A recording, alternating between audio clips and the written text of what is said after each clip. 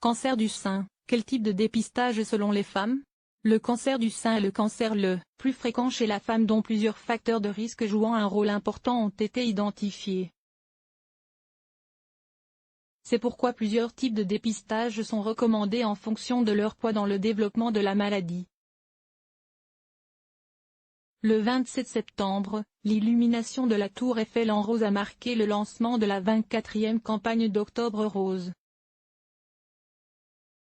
Un événement dédié à la sensibilisation à la lutte contre le cancer du sein. Parmi les thèmes abordés pendant cette campagne figure notamment celui du dépistage précoce. En effet, le cancer du sein est le cancer féminin le plus diagnostiqué dans le monde et en France, avec 54 062 nouveaux cas par an. Outre le et l'âge, les facteurs de risque sont multiples, ils peuvent être d'origine hormonale et reproductive, liés au mode de vie ou à l'environnement, ou encore par prédisposition génétique ou antécédents personnels de pathologie mammaire. Chaque situation est donc unique et c'est pourquoi le médecin détermine les modalités de dépistage ou de suivi les mieux adaptées au cas de la patiente. Selon l'Institut national du cancer, INCa, il existe 3 niveaux de risque, moyen, élevé et très élevé. À noter qu'il n'existe pas de niveau de risque faible qui dispense de tout dépistage car toutes les femmes, quel que soit le niveau de risque, doivent réaliser un examen clinique des seins, palpation, une fois par an à partir de 25 ans.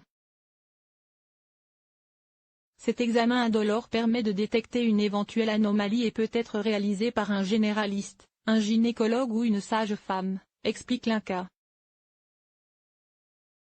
La moitié des femmes concernées participent au dépistage organisé. Le niveau de risque moyen comprend les femmes qui présentent les 2 facteurs de risque que sont l'âge, 80% des cancers du sein touchent des personnes de plus de 50 ans, et le fait d'être une femme, plus de 99% des cancers du sein touchent des femmes. En revanche, ces femmes ne présentent aucune histoire personnelle ou familiale concernant cette maladie, ni symptômes pouvant évoquer un cancer du sein. C'est à ces dernières que s'adresse le dépistage organisé du cancer du sein, tous les 2 ans à partir de 50 ans et jusqu'à 74 ans. Ces dernières sont ainsi invitées à faire pratiquer gratuitement une mammographie et un examen clinique chez un radiologue agréé.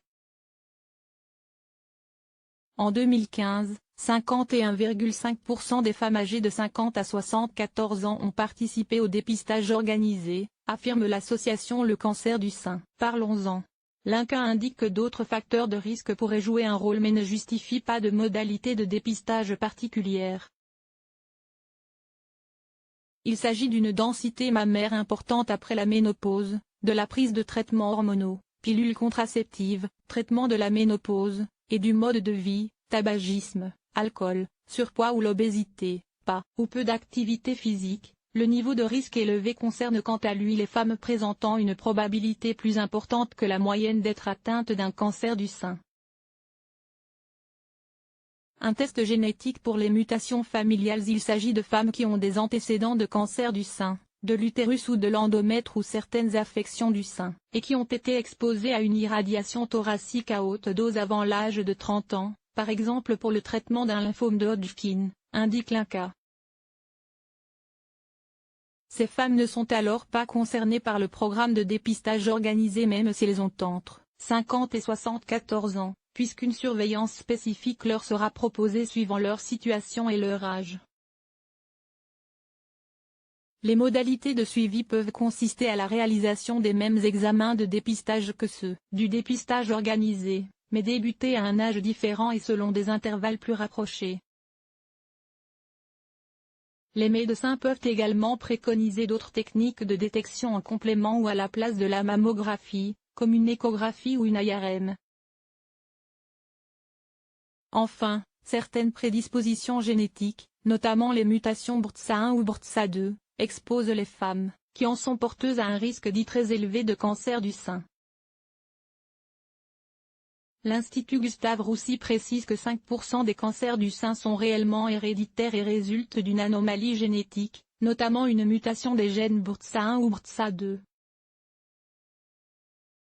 Ces anomalies peuvent être détectées grâce à une analyse génétique. Un suivi très spécifique est alors proposé et des mesures de prévention. Si le niveau de risque est effectivement très élevé, les patientes font l'objet d'une surveillance clinique dès 20 ans et radiologique dès 30 ans. Elles non plus ne sont donc pas concernées par le programme de dépistage organisé. Dans certains cas, il se peut qu'une consultation d'oncogénétique soit également proposée à d'autres femmes de la famille proche, filles, sœurs, conclut l'INCa.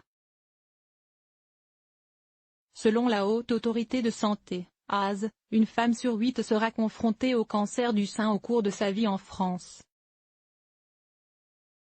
Mais détectée à un stade précoce, cette maladie peut toutefois être guérie dans plus de 90% des cas et donc être soignée par des traitements moins agressifs.